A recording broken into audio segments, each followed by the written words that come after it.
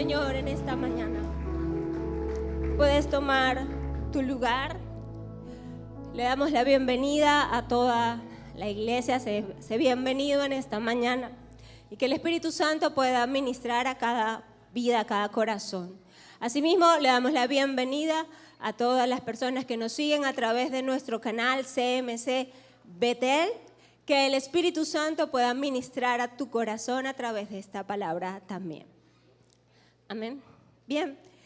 Y les quiero invitar a que abran sus Biblias en Mateo, capítulo 25, versículo 14. Mateo, capítulo número 25, versículo 14. Y la palabra de Dios dice así. Porque el reino de los cielos es como un hombre que yéndose lejos llamó a sus siervos y les entregó sus bienes. A uno dio 5 talentos, a otro 2 y a otro 1, a cada uno conforme a su capacidad, y luego se fue lejos.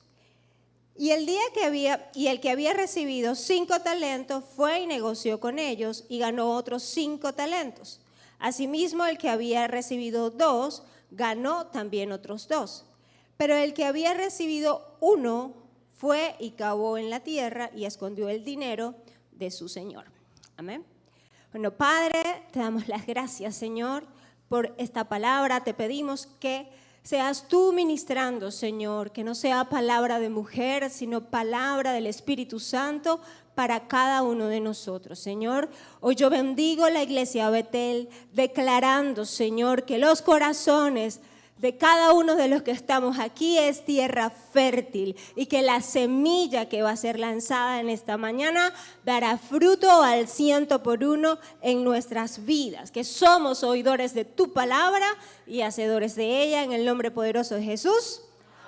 Amén. Muy bien, aquí acabamos de leer una parábola, pero este mensaje surge de pedirle a Dios en oración. Bueno, comienza el 2025, siempre me toca predicar en los meses impares y yo le pedí al Señor un mensaje para este inicio de año, ¿no? Y siempre al inicio de año algunas personas, deberíamos ser todas, bueno, establecemos metas, sueños, planes, anhelos, ¿sí?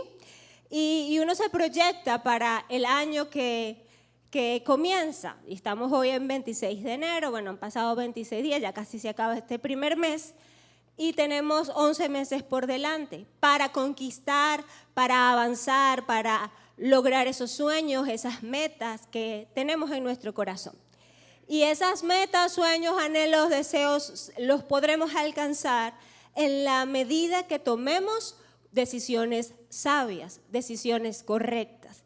Y de allí surgió este mensaje que lleva por título Sabias Decisiones.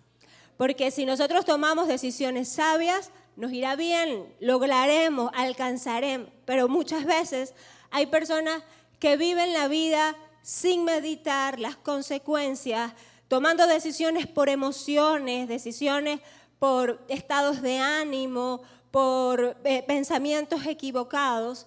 Y resulta que si nosotros queremos ser exitosos y que nos vaya bien en la vida, debemos saber tomar decisiones. ¿Cuántos están de acuerdo conmigo?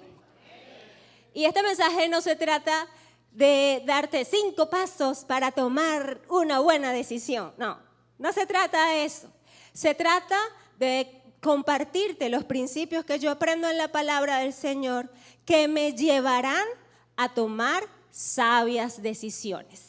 ¿Cuántos quieren tomar sabias decisiones a lo largo de todo el año? Nadie se quiere equivocar. Todos queremos tomar decisiones correctas. Entonces, bueno, aquí tomé esta parábola y en esta parábola comienza diciendo que el reino de los cielos es como. Entonces todas, se los he dicho en otras oportunidades, todas las parábolas que comienzan diciendo el reino de los cielos es semejante a, es como tal cosa. Ahí hay que poner mucha atención porque cada una de esas parábolas que compartió Jesús nos enseñan principios espirituales que nos dirigen nuestra conducta como hijos de Dios. Entonces esta es una de ellas, esta es una de esas parábolas que nos dice el reino de los cielos es como un hombre que es la tipología de Dios, ¿sí? Y de 3 siervos, que es tipología de la iglesia. Allí ese hombre dice, hay 3 palabras en esos 5 versículos que leí, hay 3 palabras. Dice que repartió sus bienes, los cuantificó en talentos, o los entregó en cantidad de talentos, y también habla de la palabra dinero. Entonces, los bienes, talentos, dinero, representa todos los recursos que Dios nos confía, sean materiales o inmateriales, sean tangibles o intangibles.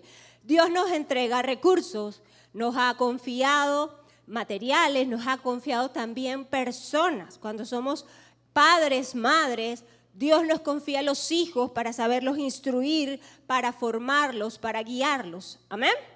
Cuando somos líderes, Dios nos confía discípulos para guiarlos por el camino hacia la salvación, por el camino al crecimiento espiritual. Dios nos confía también entonces personas, ¿verdad? Para aconsejarlas, para ser de bendición para sus vidas.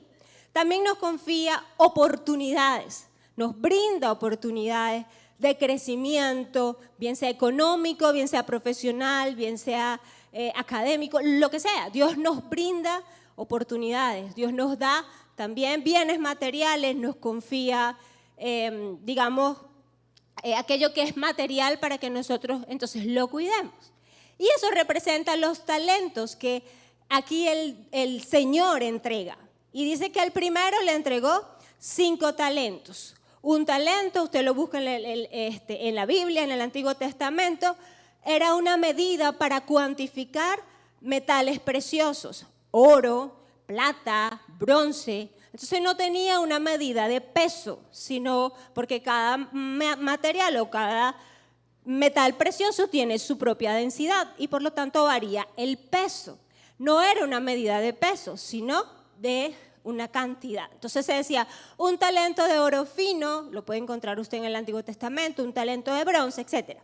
Ahora, en el Nuevo Testamento, que es donde estamos ubicados en la parábola, el talento no era una moneda como tal, sino una relación de cantidad. La moneda era un denario, una moneda redondita, normal, como la conocemos, de plata, y ese era el sueldo de un obrero en un día, ¿sí? De un jornalero en un día. Y un talento equivalía a 6,000 denarios. Entonces, no fue poco lo que el dueño, el Señor le entrega y le confía a sus siervos. Al primero le confió 5 talentos.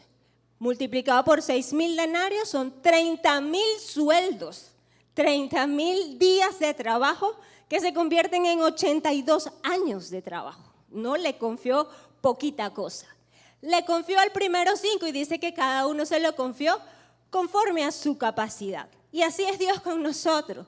Dios es un Dios de abundancia. Dios nos confía cosas grandes que muchas veces no vemos y no valoramos. Pero lo que Dios nos ha confiado es mucho. Porque dígale al que tiene a su lado, Dios confía en ti. Dios confía en nosotros y por eso es que Él nos da de sus talentos, de sus dones, de sus recursos. Nos confía personas, familia, nos confía. Porque Él quiere que nosotros tomemos sabias decisiones. Amén. ¿Qué más pasó en la parábola? Muchos aquí se la deben saber. Pues bueno, dice la palabra que pasó mucho tiempo y vino el dueño a hacer cuentas y a ver, bueno, cómo les fue en todo este tiempo. El que tenía 5 talentos trabajó, se esforzó, los invirtió, negoció con ellos y los multiplicó. Y le dijo, bueno, me entregaste 5 talentos, aquí tienes otros 5 talentos más y se convirtieron en 10. Entonces el Señor, alegre, contento, satisfecho, le da una palabra de refuerzo, de estímulo, de felicitación. Le dice, buen siervo y fiel. En lo poco has sido fiel. Y yo meditaba en esta palabra y yo, poco. No le dio poco, le dio 82 años de sueldo. O sea, estamos hablando que era una cantidad, uno lo ve, una cantidad significativa. Pero nuestro Dios, que es un Dios de abundancia, para Él eso es poco. Y Dios le dice, bueno, el Señor, que es la tipología de Dios, ha sido fiel en lo poco. En lo mucho te pondré, entra en el gozo de tu Señor. Entonces Dios es un Dios que recompensa, que reconoce y entonces lo premia, ¿sí? Y así hizo con el segundo también. El segundo también trabajó, se esforzó y tuvo buenos resultados y duplicó lo que el Señor le había confiado. Pero, ¿qué pasó con el tercero? Ese sí lo quiero leer por los detalles que da la palabra. Entonces ese es el versículo 24. Y dice, pero llegando también el que había recibido un talento, dijo, Señor, te conocía que eres hombre duro, que ciegas donde no sembraste y recoges donde no esparciste. Por lo cual tuve miedo y fui y escondí el talento en la tierra. Aquí tienes lo que es tuyo. Respondiendo a su señor le dijo, siervo malo y negligente, ¿sabías que ciego donde no sembré y recojo donde no esparcí? Por tanto, debías haber dado mi dinero a los banqueros y al venir yo hubiera recibido lo que es mío con los intereses. Quitadle pues el talento y darle al que tiene 10 talentos. Entonces aquí encontramos al otro siervo. El tercer siervo, él no trabajó. Él tomó una decisión diferente. Él dijo, no, yo aquí no me voy a comprometer a trabajar este dinero, a multiplicarlo, porque no, ese señor es duro, ese señor es demasiado exigente, ese pide demasiado. Y se llenó de temor y su decisión fue no hacer nada. Y Dios, bueno, el Señor, entonces le da todo lo contrario, ¿no? Una palabra de exhortación, le dice siervo negligente, le dice siervo malo, y entonces le es quitado lo que había recibido, que era tan solo un talento. Entonces, ¿qué podemos ver de esta parábola? Sí, les quiero compartir algunas enseñanzas, pero en términos generales, puedo decirles que Dios nos confía cosas, ¿sí? Nos confía recursos, nos confía tanto, pueden ser dones, talentos, que no lo podamos quizás cuantificar como una medida de algo, ¿sí? Pero son dones, regalos que Dios nos confía. Y que de todo lo que hemos recibido, de todo daremos cuenta a nuestro Padre Celestial. Así como está en la parábola, que luego de que pasó mucho tiempo, el Señor vino a hacer cuentas con sus siervos, entonces así nosotros también daremos cuenta de las decisiones que hemos tomado con eso que Dios nos ha confiado. Y nuestro Dios anhela que tomemos sabias decisiones para entregar un buen reporte. ¿Cuántos quieren entregar un buen reporte al final de sus días? ¿Sí? Eso lo enseña entonces en términos generales. Él nos confía para que nosotros hagamos las cosas bien hechas. Entonces voy a compartir algunos aspectos. El primero que quiero resaltar de esta parábola, que hay muchas personas que viven sin tenerlo en cuenta. Y la primera es que cada decisión trae una consecuencia. Sea positiva o sea negativa, cada decisión trae una consecuencia. Y nuestra vida es la sumatoria de las decisiones que tomamos. Yo no sé de los que están aquí, cuántos quizás en algún momento de estos últimos años se le ha planteado la posibilidad de irse del país. O que se les metió ese pensamiento y lo empezaron a considerar y su decisión fue, no, yo me quedo en Venezuela, yo no me voy.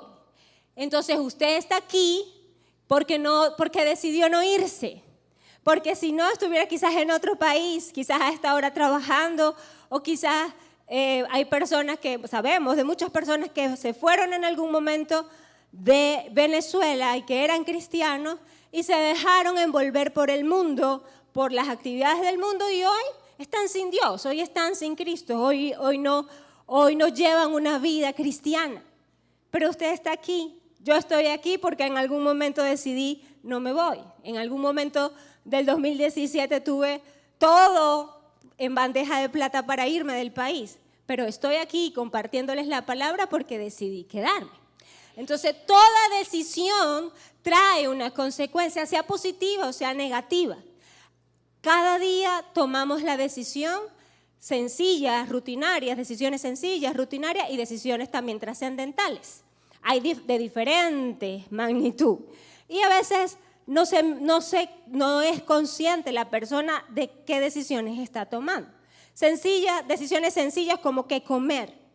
Cada día decidimos, de acuerdo a lo que tenemos en la despensa, de acuerdo al mercado que hicimos, tenemos que combinar esto con lo otro, decidimos qué comer, por ejemplo. Y el que come mal, a la larga le trae consecuencias, ¿sí o no? El que come bien también disfruta de la bendición de lo que es alimentarse correctamente. Y no es casualidad que vemos familias, por ejemplo, familias donde hay obesidad y digamos, el matrimonio, por decirlo, quizás no los dos son obesos, pero quizás uno de ellos es obeso y alguno de sus hijos también lo es. Porque eso es los hábitos que hay al momento de comer. Entonces, por lo menos comer, no sé, comida con demasiada grasa o mucha comida frita, etcétera, eso trae consecuencias. Y cada día nosotros debemos meditar en qué es lo que estamos haciendo, cómo lo estamos haciendo, porque todas nuestras decisiones traen consecuencias. Decidimos todo, cuando nos levantamos, a qué hora nos levantamos, cómo nos vestimos, pero también decidimos a quién amar, con quién casarnos, decidimos dónde vivir, decidimos dónde trabajar, dónde hacer negocio. Toda nuestra vida se trata de decisiones y cada decisión trae una consecuencia. Quiero regalarles y compartirles una frase que la leí hace muchísimos años y que la llevo conmigo siempre presente. Dice, tu vida es ahora el resultado de tus actitudes y elecciones del pasado. Lo que hoy somos, lo que hoy tenemos, es mucho como consecuencia de lo que decidimos en el pasado. Y dice también la segunda parte de la frase, tu vida mañana será el resultado de tus actitudes y elecciones de hoy. Por eso es tan importante el saber tomar decisiones. Y quiero compartirles lo que dice la palabra en Deuteronomio, capítulo 30, versículos 19 y 20, pero lo voy a leer en la Nueva Traducción Viviente. Ya Dios le había dado al pueblo de Israel la ley, le había dado los mandamientos, le había explicado, mire, todas estas son las bendiciones del obedecer a Dios, todas estas son las maldiciones de obedecer a Dios.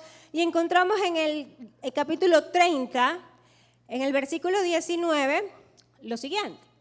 Y dice la palabra en la Nueva Traducción Viviente. Hoy te he dado a elegir entre la vida y la muerte, entre bendiciones y maldiciones. Ahora pongo al cielo y a la tierra como testigos de la decisión que tomes. Ay, si eligieras la vida para tú y tus descendientes, para que tú y tus descendientes puedan vivir. Entonces, Dios nos da la capacidad de elegir. En algún momento, no sé si usted ha escuchado la frase libre albedrío. ¿Sí la ha escuchado? Antes se decía mucho. Y entonces yo crecí de chiquita en la iglesia diciendo esa frase, ¿no? Y mis primeras clases en la célula yo decía libre albedrío hasta que me llegó una señora, un montón de años mayor que yo, fácilmente podía ser mi mamá. Y me dijo, eso no lo dice la Biblia. Ay, uno asustado, ¿no? Yo no sé si usted le ha tenido la oportunidad, pero a mí en varias veces en mi célula me agarró una señora que sabía más Biblia que yo, para contender, para querer ridiculizar, porque así es el diablo. ¿A cuánto les ha pasado? A mí nada más. Yo viví cosas, situaciones, pero mayor es el que está con nosotros. Amén. Entonces yo le dije, sí, eso no está en la Biblia, pero Dios lo deja ver. Y ahí no le dije más nada, me puse muy nerviosa. Pero es cierto, esa frase no está en la palabra. Pero cuánto muestra Dios a través de muchos pasajes que Dios nos dio la capacidad de elegir entre lo bueno y lo malo, entre la bendición y la maldición. Entonces Dios nos dice, escoge pues la vida. Y la vida comenzamos a elegir la vida cuando decidimos abrirle el corazón a Jesús. ¿Sí? Cuando realmente nacemos de nuevo. Tomamos la decisión de yo quiero la vida cuando le digo sí a Jesús. Mire, decirle sí a Jesús es la mejor decisión que cualquiera en la vida puede tomar. Aquel que no ha nacido de nuevo, hoy es la mañana de decidirse por Cristo, porque con Cristo se vive mejor. Esa es la mejor decisión que podemos tomar. Escoge pues la vida. Y Jesús dijo, yo vine a darles vida y a darles vida en abundancia, dijo Jesús. Entonces, yo quiero vivir la vida en abundancia que ofrece Jesús, que dijo Jesús. Debo tomar sabias decisiones, debo escoger bien, debo seleccionar bien. Mire, y el versículo 20, el que sigue, nos da la clave. Y dice, estoy allí en Deuteronomio 30, voy a leer la primera parte del 20, que dice, puedes elegir esa opción al amar, al obedecer, al comprometerte firmemente con el Señor tu Dios. Esa es la clave para tu vida. Eso lo dice en la primera parte de ese versículo 20. La versión de Reina Valera, la que más usamos, dice un poquito diferente. Dice que amemos a Dios, que estemos atentos a su voz. Por si usted la tiene allí en papel, en la Biblia, en la Reina Valera, y la trajo hoy, dice un poquito diferente. Pero dice amar a Dios, escuchar su voz y seguirle a Él. Ahí está la clave, 3 cosas. 3 cosas para escoger la vida. 3 cosas para escoger la vida que bendiga mi vida y la vida de mis descendientes. Porque nuestras decisiones afectan a nuestros hijos. Tus decisiones de hoy no solamente afectan tu vida, sino la vida también de tu familia, de tus descendientes. Entonces, amar a Dios con todo nuestro corazón, con toda nuestra alma, con toda nuestra mente y con todas nuestras fuerzas. Estar atentos a su voz, obedecerle, caminar en su verdad, caminar en su palabra, mantenernos firmemente en el Señor, fielmente en el Señor, permanecer viviendo y aplicando la palabra del Señor. Y tendremos consecuencias positivas. Bendeciremos a nuestra familia, a nuestra generación, porque cada decisión trae una consecuencia. ¿Amén?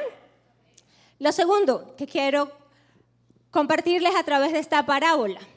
Decido de acuerdo a mis pensamientos y mi fe. Eso es lo segundo.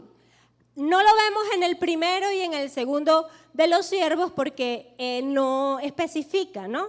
No habla, no detalla. Pero yo me imagino que esos siervos eran esforzados, eran valientes. Dijeron, bueno, aquí el Señor me está confiando 5 talentos, me está confiando 2 talentos, yo me voy a esforzar para multiplicarlos. Eso quizás pensarían los primeros siervos, pensamientos de éxito, de posibilidades, de avance, de conquista. Pero ¿qué pasó con ese tercer siervo? ¿Cuáles eran sus pensamientos? Yo se los leí en el versículo 24. Él pensaba incorrectamente acerca de su Señor. Ahí no había una relación sana entre el Señor y el siervo. Porque ese siervo tenía pensamientos, este Señor es un injusto. Me gusta mucho como dice la versión en lenguaje actual, que dice, yo sabía que usted es un hombre muy exigente que pide hasta lo imposible. ¿Sí? Entonces aquí este siervo no tenía un concepto correcto de su Señor. Porque los otros dos sí trabajaron, porque los otros dos sí conquistaron, porque los otros dos sí avanzaron. El Señor confió en los tres, pero ese tercero no tenía pensamientos correctos. Él tenía pensamientos de imposibilidades, de no puedo, este es un injusto, me va a pedir cosas imposibles, ¿para qué voy a trabajar? ¿Para qué me voy a esforzar? No, mire que la situación está muy mala, que después entonces me va a regañar o después me va a castigar. Mire, pensamientos de imposibilidad, pensamientos negativos, pensamientos incorrectos, corazón herido, quizás. A lo mejor tuvo un conflicto años atrás con el Señor y no lo había sanado. Mire, cuando hay pensamientos incorrectos, cuando hay heridas en el corazón, cuando hay esos argumentos en la mente, la gente toma malas decisiones. A veces nos hemos equivocado por tomar decisiones en un momento de mucha emoción. Con emociones quizás de frustración o de llanto o de decepción. No es momento para tomar decisiones así cuando hay emociones que están dominando o están a flor de piel. ¿Por qué? Porque las decisiones van a ser afectadas por esos pensamientos, por esas emociones y por las convicciones que tenemos también. Por eso debemos cuidar la manera que pensemos. Y en la palabra de Dios hay muchos ejemplos de cómo hombres y mujeres tomaron buenas decisiones y malas decisiones conforme a sus pensamientos. Entonces les quiero compartir solamente dos. Está el ejemplo de Sarai, ¿sí? Ella era Sarai antes de ser Sara, la esposa de Abraham antes de ser Abraham. Ella ya estaba mayorcita y no había podido tener hijos. Y entonces en sus pensamientos estaba, yo soy estéril, no voy a poder tener hijos, yo quiero descendencia, ahí tengo una sierva que se llama Agar, ella está joven, seguramente es muy fértil. Entonces esos pensamientos la llevaron a tomar una decisión y una decisión que trajo consecuencias negativas. Eso lo encontramos en Génesis capítulo 16, los versículos 1 y 2, voy a leerle el 2 nada más. Y dijo entonces Sarai a Abraham, ya ves que Jehová me ha hecho estéril, te ruego pues que te llegues a mi sierva, quizás tendré hijos de ella. Y atendió Abraham al ruego de Sarai. Hasta el día de hoy hay consecuencias de esa generación que se levantó a través de Abraham y la sierva Agar. Entonces, ¿qué sucede? Todas nuestras decisiones van a traer una consecuencia. Y esos pensamientos de imposibilidad, esos pensamientos de negatividad que tenía Sarai, de que no voy a poder, de que ya estoy muy vieja, de que no es posible, la llevaron a tomar esa decisión. Cuidémonos entonces de nuestros pensamientos. Y encontramos otro ejemplo también de otra mujer que tuvo pensamientos correctos y tuvo bendición o tuvo consecuencias positivas de su decisión. Y es Ruth. Ruth, una moabita que había estado casada con un hombre del pueblo de Israel, pero quedó viuda y su suegra también quedó viuda y bueno, ¿cómo es que se dice? Y la concuñada, gracias, también quedó viuda. Entonces ahí les tocó tomar una decisión porque Noemí dijo, me voy para Israel. Y entonces ustedes váyanse y se devuelvan para allá, para su pueblo de Moab, con sus dioses, con su familia. Y ella decidió, no, yo me quedo contigo, Noemí. ¿Por qué? ¿Cuáles eran sus pensamientos? Lo encontramos en Ruth, capítulo número 1, versículo 16, que dijo, Ruth, no me ruegues que te deje y me aparte de ti, porque a donde tú fueras, iré yo, y donde quiera que vivieres, viviré. Tu pueblo será mi pueblo y tu Dios, mi Dios. Donde tú murieres, moriré yo, y allí seré sepultada. O sea, los pensamientos de Ruth eran, yo no me separo de ti. Yo a donde tú vayas, yo voy. Yo no voy a morir en la tierra donde tú mueras. Tu Dios, ese Dios que me has hablado, va a ser mi Dios. Esos eran sus pensamientos y su decisión fue la correcta. Su decisión la llevó a ser bendecida por el Señor. Y las decisiones, esa decisión de ella afectó sus generaciones. Tanto así que ella pertenece a lo que son los ancestros de David y por supuesto de nuestro Señor Jesucristo.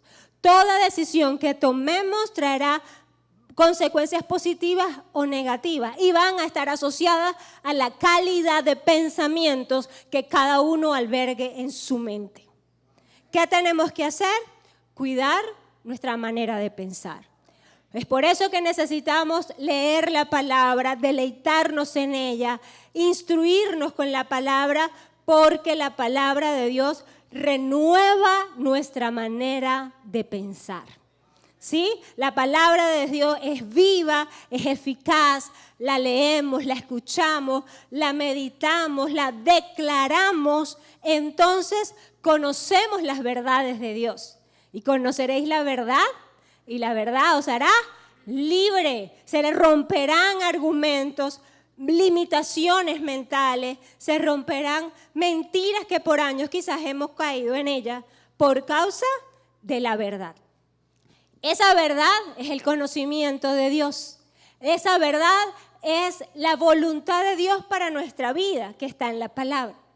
Pero ¿cuánto se medita en la Biblia?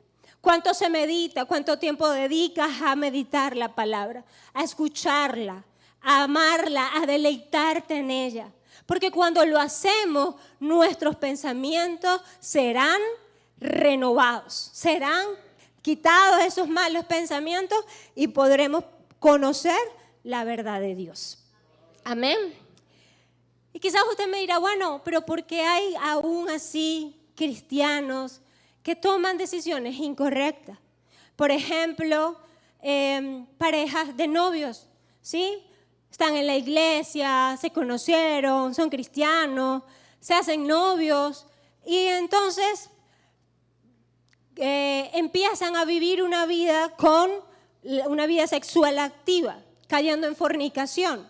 Y tú dices, pero bueno, pero y tanta palabra, es que se les explicó y se les dice, y la Biblia es clara y dice, los fornicarios no entrarán en el reino de los cielos. Y uno dice, ¿y cómo así? Si lo dice la Biblia. Ahí hay conocimiento de Dios, pero no hay temor de Dios. El temor de Dios es ese amor por Dios que te va a llevar a considerar primero agradarle a Él en todo lo que nosotros hacemos antes del disfrute y del placer personal. Porque poner a Dios primero, ese temor reverente, no es el miedo a que Dios es un Dios castigador, a que Dios es un Dios que sí, sabemos que Dios es amor y que es fuego consumidor, lo sabemos, pero no es ese Dios que castiga, pero es ese Dios que quiere que nosotros tomemos sabias decisiones y que busquemos honrar su nombre con todas las acciones y decisiones de nuestra vida. Temor de Dios hace mucha falta en la iglesia para tomar sabias decisiones. ¿Por qué cristianos vienen y hacen negocios con trampa? Si conocen de Dios, si Dios ama la rectitud, si Dios aborrece la balanza falsa. ¿Por qué hay cristianos que hacen negocios turbios? Porque les falta temor en su corazón. Pero cuando amamos a Dios con todo nuestro corazón, cuando amamos a Dios con toda nuestra alma, con toda nuestra mente, con todas nuestras fuerzas, vamos a doblegar nuestro yo, vamos a esforzarnos por agradar a aquel que nos dio la vida, para agradar a aquel que murió por nosotros en la cruz del Calvario, para agradar a aquel que me llamó y para agradar al que sirvo. Eso es tener temor de Dios en el corazón. Y eso hace falta en la iglesia para tomar decisiones sabias, para tomar decisiones correctas. Unimos entonces el versículo de Deuteronomio capítulo número 30, versículo 20. ¿Qué hacemos para escoger la vida? Amar a Dios, obedecerlo, escuchar su voz, estar atento a lo que Él dice y permanecer allí en su palabra. Amén. Lo tercero que quiero compartirles es la voluntad de Dios debe buscarse en cada decisión. Porque bueno, es fácil en la Biblia los pecados, así fornicación, adulterio, la codicia, Dios, y en Proverbios salen 6 cosas que Dios aborrece, 7 aún que abomina, ahí está la lengua los ojos altivos, la lengua mentirosa, las manos derramadoras de sangre inocente, el testigo falso, eso es fácil saber.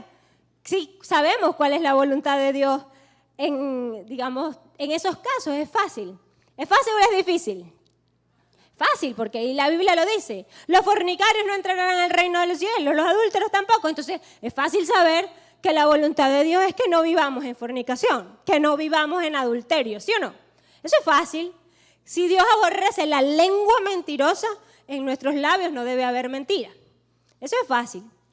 Lo difícil es cuando tenemos alternativas, cuando la Escritura no es tan detallada así como para saber qué elegir. Y voy a poner un ejemplo. Si nosotros, por ejemplo, una persona está buscando un empleo y llega a tener 2 opciones, alternativa A y B. ¿Qué sé yo? Vendedor en una tienda de zapatos o vendedor en una tienda de repuestos de carro. Entonces, quizás los dos son parecidos, se parecen, son similares, porque no es lo mismo a ir a vender cerveza a una tasca, ¿no? Eso es de anteojito que decía mi abuelita. Eso no conviene. Imagínese estar vendiendo cerveza en una tasca y tunqui, toda la música mundana. ¿Será que eso le conviene a un hijo de Dios? Eso está fácil. Pero la cosa no está tan fácil cuando hay similitud de opciones, ¿verdad? Y tú dices, ¿cómo? Ahí toca buscar la voluntad de Dios. Y el buscar la voluntad de Dios es acercarnos a Dios en la intimidad para poder escuchar su voz. Nuestro mejor ejemplo es Jesús. Fíjense lo que dice Juan, capítulo 5, versículo 30. Dice la palabra, dijo Jesús, no puedo yo hacer nada por mí mismo, según oigo, así juzgo, y mi juicio es justo, porque no busco mi voluntad, sino la voluntad del que me envió, la del Padre. ¿Qué buscaba Jesús? No busco mi voluntad, busco la del Padre. Entonces, ¿dónde buscaba Jesús la voluntad del Padre? En la intimidad. Jesús era un hombre de oración, era un hombre que para escoger sus 12 fue a la oración y duró toda la noche orando. Para poder hacer su ministerio público, cada madrugada oraba, para ver esos milagros, para predicar la palabra, él oraba. Entonces en la intimidad allí tú vas a escuchar la voz de Dios, pero esa relación cercana con el Señor es la que te da entender, esta es la voluntad de Dios para mi vida.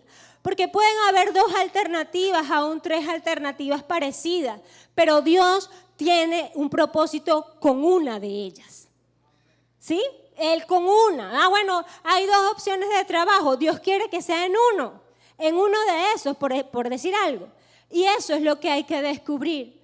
Y es ahí donde hay que pagar el precio de buscar en oración la voluntad del Señor. La voluntad de Dios se busca. La voluntad de Dios se anhela. La voluntad de Dios se pide. La Biblia lo dice. Jesús le dijeron, enséñanos a orar. Y Jesús vino y les enseñó el Padre Nuestro.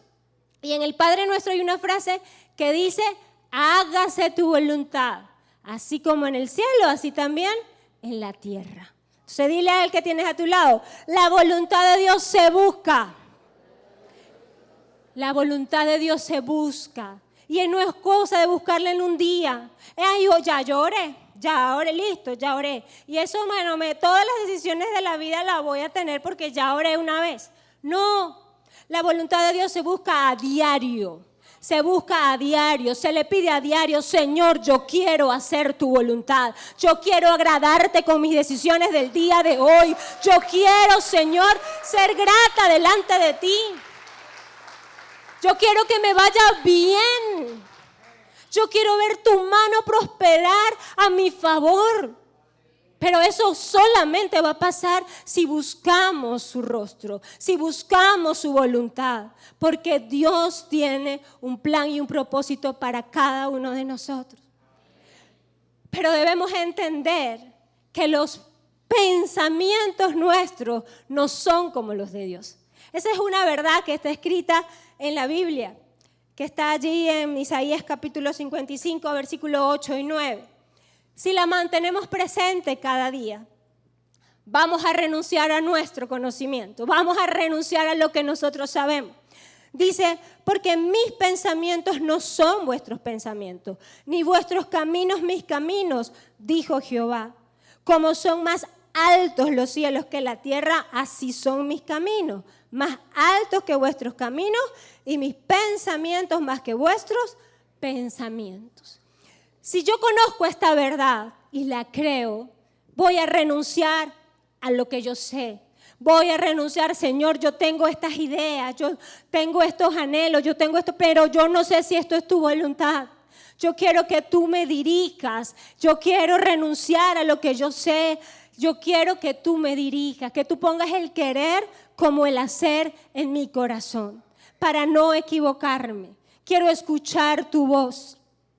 Eso es tomar en cuenta a Dios. Y cuando tú haces eso a diario, se te convierte en un hábito, se te convierte en un estilo de vida y Dios se agradará de que lo tomes en cuenta en tu diario vivir. ¿Cuántas veces vivimos con una vida tan acelerada que ni le preguntamos al Señor?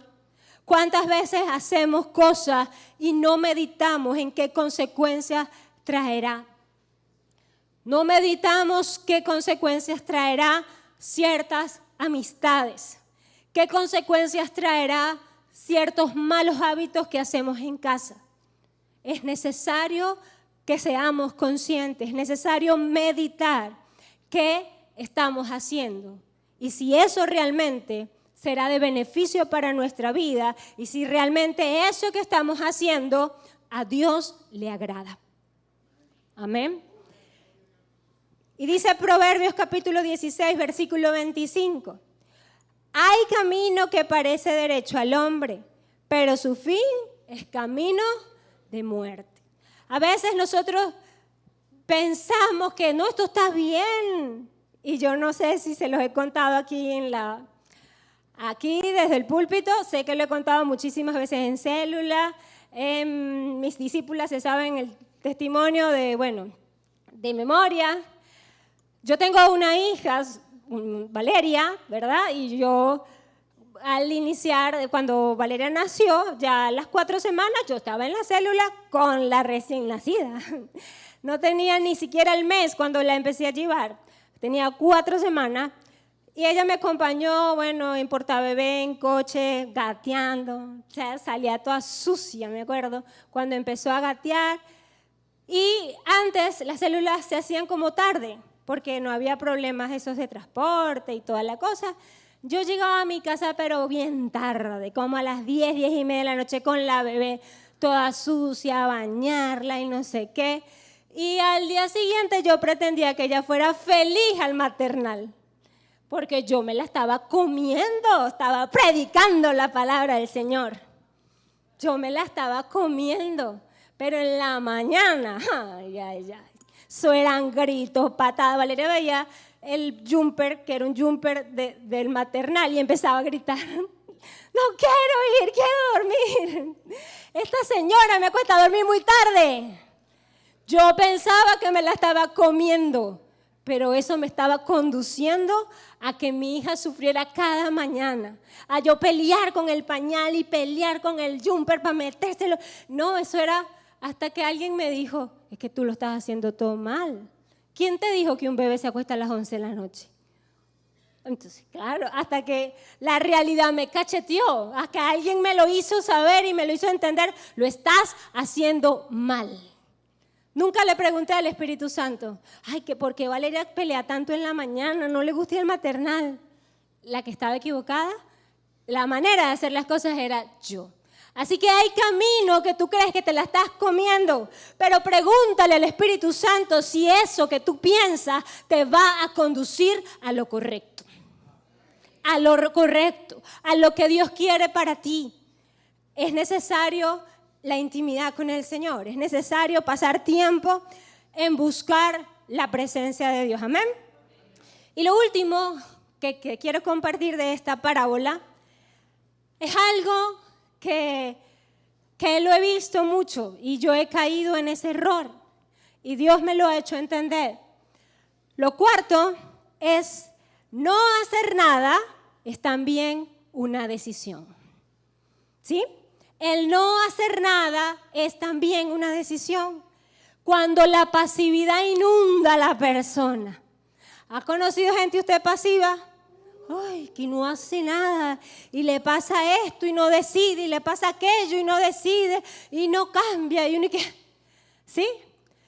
Bueno, a veces la pasividad, a veces no. La pasividad siempre va a traer una consecuencia. Siempre el no tomar una decisión va a traer una consecuencia. Puede ser buena en muy pocos casos, puede ser mala en muchos casos. Y en este caso, la pasividad del del último siervo, que le dieron un solo talento. ¿Qué pasó con esa pasividad, con ese no hacer nada, con esa neutralización? Le trajo consecuencias adversas, ¿sí o no? Sí, le trajo unas consecuencias negativas. ¿Por qué? Porque el Señor se sintió, se molestó, le dijo cielo malo, negligente y todo lo demás que ya leímos. El no hacer nada es una decisión. Y a veces la gente espera el momento ideal para casarse y nunca llega. El momento ideal para tener un hijo y nunca llega. El momento ideal para abrir una célula. Nunca va a tener el momento ideal para abrir una célula. Hay que lanzarse y Dios hará. Y Dios bendice y Dios ayuda. Aquí este señor, este siervo, no hizo nada y entonces le fue mal. Y vemos un ejemplo también en la palabra del Señor de David. David, un hombre conforme al corazón de Dios, dice la Biblia. Un hombre temeroso de Dios. Que si este mensaje yo lo he querido argumentar con un montón de pasajes de David, le meto aquí más Biblia, donde David dice, Señor, ¿voy o no voy? ¿Me quedo o no me quedo? ¿Tú vas a acompañarme en la guerra o no me vas a acompañar? David era un hombre temeroso de Dios, que buscaba hacer la voluntad de Dios, pero también falló, también se equivocó, como muchos de nosotros. Y es con respecto a que él no atendió el conflicto familiar que se presentó entre algunos de sus hijos. Entonces eso, son muchos capítulos del segundo libro de Samuel, desde el 13 en adelante. Usted lo puede allí revisar en su casa, yo solamente se los voy a comentar. Ahí encontramos cómo David no resolvió el conflicto familiar que se presentó cuando su primogénito, Amón, violó a su media hermana Tamar. Él la violó, la humilló y él se enteró de esa situación. Pero como padre, como sacerdote, como rey, no hizo nada. Se hizo como decimos en un dicho popular aquí en Venezuela, se hizo la vista gorda, se hizo el desentendido. Él no atendió esa situación. Y esa pasividad trajo consecuencias que llevó a la tragedia familiar. Una muerte tras otra luego de eso. Entonces, Cuando hay situaciones, conflictos, adversidad, mire, no hay que darle demasiadas largas a ese asunto porque se puede convertir en algo muchísimo peor. El no hacer nada ante situaciones conflictivas se hace peor la cosa y las consecuencias pueden ser mucho mayor. En este caso, luego que de esta violación aparentemente no pasó nada, estaban como las aguas tranquilas, pero 2 años más tarde, entonces Absalón se levanta, hace un plan para matar a Amón y luego Absalón se rebela contra David y todo aquello se convirtió en una guerra familiar que terminó con la muerte de Absalón. No caigamos en la pasividad. Tomar decisiones a tiempo nos librará del mal. Tener la sabiduría para tomar decisiones en el tiempo correcto, sin adelantarnos, sin atrasarnos, eso será de bendición para nuestra vida. A veces como líderes tenemos situación en una célula o situación entre algunos discípulos. Hay que atender a tiempo eso que se está generando, porque darle muchas largas a veces se convierte en un gran problema. El no hacer nada causa heridas en la familia. Cuando hay situaciones familiares entre esposos, entre padre e hijos, no se resuelve rápido, o entre, personas muy amigas o entre consiervas, y no se atiende a tiempo, entonces que se crean heridas emocionales profundas, y este no me dijo, y este no me miró, y este no sé qué, se convierte las cosas peor. No caigamos en esa pasividad. Y recordaba el mensaje de la pastora Norca hace 2 semanas, que debemos estar activos, ¿sí? Hay que estar activos pidiéndole la dirección al Señor en cada situación. Amén. ¿Cuántos quieren dar un buen reporte? ¿Cuántos quieren darle un buen reporte al Señor? Yo le quiero dar un buen reporte al Señor de todo lo que Él nos ha dado, de todo lo que Él nos ha confiado. ¿Sí? Y termino con esto. Dice Proverbios capítulo 19, versículo 21.